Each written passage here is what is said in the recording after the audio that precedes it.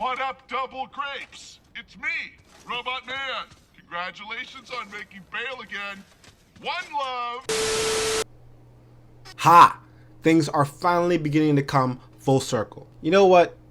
No, not really. But I think we're gonna get there eventually. Doom Patrollers, welcome back. It is I, the most informed Caped Informer, back for another episode review of Doom Patrol Season 2, Episode 7, Dumb Patrol.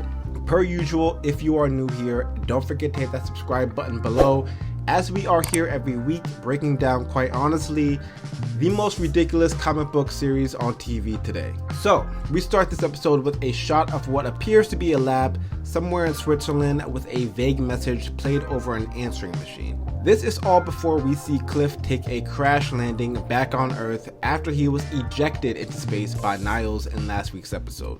We still never got an answer as to why he did that. While justifiably pissed, Cliff makes his way back to the mansion on foot. Back at the mansion, we discover that Rita's arch nemesis, Isabel, regrettably got ran over by a tractor trailer, which prompts the cast director to give Rita the role as the Blob Lady in the play The Town. I guess that means we won't get to see any more Rita and Isabel scenes anytime soon, which is actually pretty disappointing to me because she actually became one of my favorite new characters rather quickly. Anyways, Vic brings Roni over to the Doom Mansion and introduces her to the rest of the team. It isn't until an actual normal person, well, at least relatively, is brought to the mansion that you really start to see how messed up everyone on the team really is.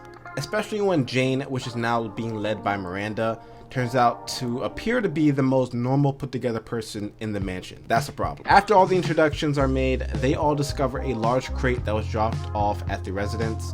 It's mysteriously labeled "Don't Open," which of course prompts them all to do just one thing. To be fair, a mysterious purple air seems to be influencing them all at first. Inside the crate is a blank canvas.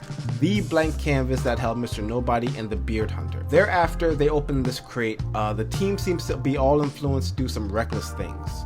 Like really reckless. Larry decides to enlist the help of Miranda to visit his grandson in the hospital despite being hunted by the Bureau of Normalcy, and Vic comes up with the amazing idea of operating on Roni himself. Luckily, before anyone does any irreversible damage, Willoughby makes an appearance and informs them that they have been infected by Scants. Long story short, they influence their host to have bad ideas. They then lure them back to their queen, where a compound named Idiot is then extracted and turned into Uma Jelly for the queen to feast on. And this is all, of course, before the host dies. While this is all going on, Rita shadows a beekeeper for her upcoming role, but this was all kind of a filler for her to get over her mommy issues.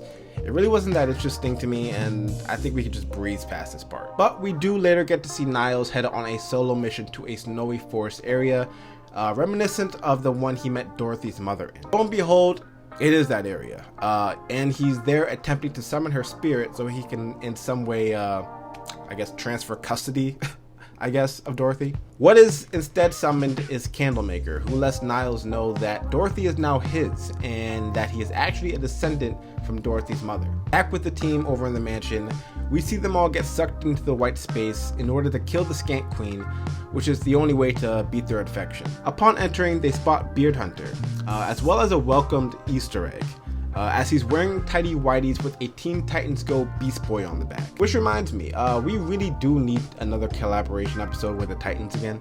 They eventually get abducted by the Scants, where they take them to their queen. The queen gives a quick monologue of how Uma Jelly is manufactured from their dumb decisions, and while extracting, she notices that she can't draw any from Miranda. Being the only one carrying an immunity, she ends up killing the queen with some help from her other personalities, and ends the queen's tyranny. Towards the end of the episode, a number of other characters are left with some serious cliffhangers. For one, we see Rita use her powers again for the first time in a while, again to stop a mugger.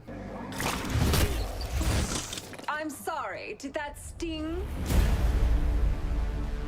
Larry goes back to the hospital to see that his grandson had already checked out. Roni is seen to have stolen a jar of Uma Jelly for reasons unknown. We find Jane in the underground in low spirits. She later finds out that Scarlet Harlot Station is closed.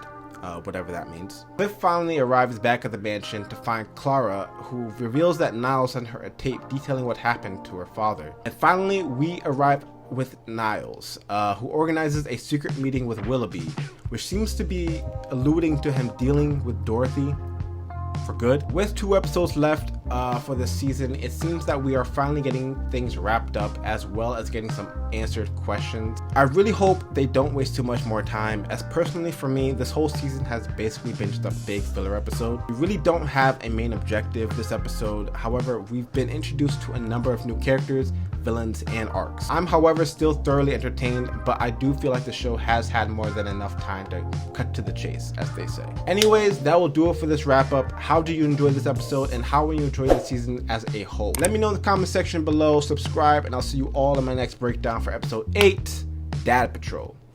Peace!